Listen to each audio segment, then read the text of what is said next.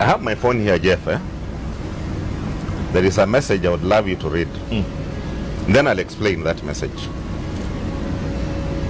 This message was sent to my daughter, Sally, on the 2nd of June. Wewe ujichunge sana hiyo mdomo yako, na ukishindwa tutakuonyesha kuizima. Sisi hatuogopi hata kidogo. On 1st of June, juzi, this month's June, my daughter Sally was on Riara Road with a boyfriend, an American. They were going for tea at the junction. A motorcycle came with 2 people and passed them. Then stopped and waited for them. I think the passing was to do cognizance. Right, right. When they arrived where the people were with the motorbike, somebody pulls out a gun and asks the American boy to give a computer the boy was holding. The young man asked why. They turned the gun and pointed at my daughter. He then moved in and pushed my daughter out of the way of the barrel of the gun. They turned on this young man and just shot him. This American boy? The American boy that died on Riara Road. And then I received a phone call from my daughter. There's too much blood, Dad, and too much white mess, and I did not understand what she's talking about. So fortunately, the nurse took the phone from her and explained to me that the friend had just been shot. The young man eventually died. But what really disturbs me, one is the trauma the young girl is going through. She's in America right now, South Carolina. She went to bury the boyfriend. She hasn't come back. But what then disturbed me most is when she received this message, which she forwarded to me. My daughter is not in politics.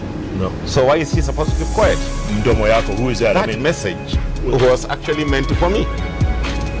Now, this was meant worse. I was discussing the same issue with a friend of mine over a cup of tea. He is a politician, very supportive of my ideas, supportive of Wetangula's ideas, because we work together. His name is Jacob Juma. And he showed me exactly the same message from a different phone number sent to him on 9th of April. And that's what I'm saying. Has assassinations crept back? And if you look, the explanations, as I had explained to you, after the young man was shot, a few days later, a famous criminal by the name Ford was shot somewhere in the Dagoretti corner. And the police explanation is he actually shot somebody, an American on Riara Road, and maimed a Chinese. The normal anatomy of explaining assassinations. Yes. And I took time, went and talked to a friend of mine. I will not mention his name. He's a senior CID officer. Just to complain about what is going on, and that my feeling that I might be actually a target for assassination. And we discussed it in detail. And if you listen to his explanations, and he was quite sincere. He told me, prisoners have been sending out a lot of messages.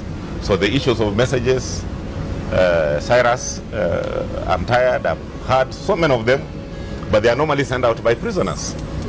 I would expect a prisoner to send out a message of M-Pesa me some money. Correct. Or a con to get some money. Correct. Yes. I wouldn't expect to be warning you, to be issuing threats, a warning and threats that somebody should keep quiet. And you can see the death of Ford really fitting the anatomy of assassinations in Kenya. And that's why, as much as I say, Kuria, Moses, his statement, as I looked at it, was expression of his feelings, which you can't stop. But the dangerous thing in that statement and that is what we must look at, is insinuations that political disputes can be settled through assassinations. That was the dangerous part of it. And if you look at the most basic probability that a prisoner would send a message and it ends up with my daughter after the boyfriend was murdered yesterday, I mean, the chances are nil. Slim to none, yeah. Yeah. Nil almost. They are nil. By the way, the same officer, I hold him in high esteem. He even had the courtesy, called me today and said, you know, we don't know what we'll do with motorcycle crimes. Exactly what happened to your daughter happened to a student today in Kayole. Today. But the only difference with what happened in Kayole, I would want to know whether the girl will receive a political message the next day. And also whether the parent is a politician. So are you worried? Bottom line, are you worried? Jeff, you cannot be quite comfortable in situations like this. And we have had Mchai being assassinated. We've had Juma the other day being assassinated. And we've seen historically assassinations taking place, even at the time of Ouko, where there was an issue with the molasses plant, a white-collar economic crime, him fighting over it, raising it, he's murdered, an introduction of some Swiss lady, Brenna, is brought in, and Dominica Iragi, and in the process, Oyugi is arrested, who happened to have been a friend of mine, and that he's in the cells. He wakes up, he's bleeding on his hand, and people are walking out, meaning he had just been injected. He dies, and it becomes an explanation for his murder.